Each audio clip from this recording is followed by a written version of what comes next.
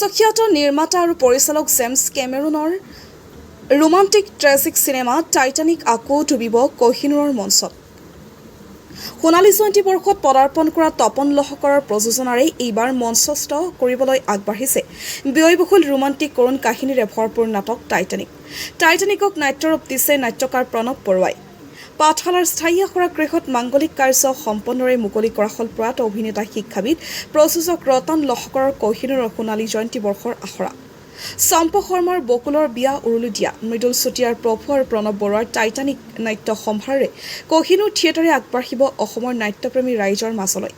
ইপিনে আখৰা গৃহত উপস্থিত হৈ জ্যেষ্ঠ কেবিনেট মন্ত্ৰী ৰঞ্জিত কুমাৰ দাসে প্ৰযোজক তপন লহকৰক শুভেচ্ছা দিয়াৰ লগতে দেশৈ কণ্ঠ দিয়া ডাকোৱাল বতাহ গীতটোৰ কম্পিউটাৰৰ ছুইচ অন কৰি উন্মোচন কৰে।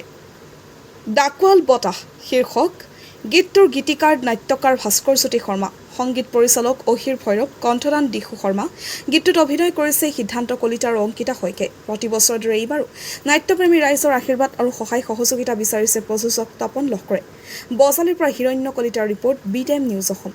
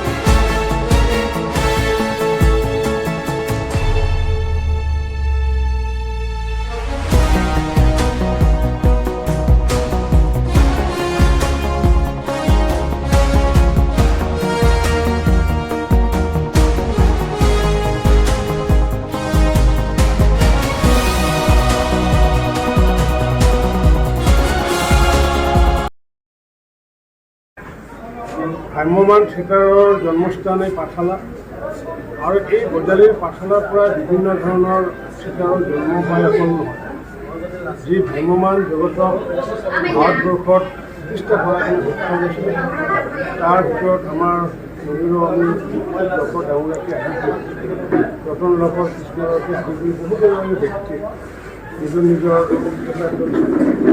আৰম্ভ কৰিছিল আৰু সেই ৰতন লহকৰ ডাঙৰীয়াৰ পদাংক অনুসৰণ কৰি তেওঁৰ ল'ৰা সন্তান তপন লহকৰে বিভিন্ন থিয়েটাৰক আগুৱাই লৈ গৈছিলে।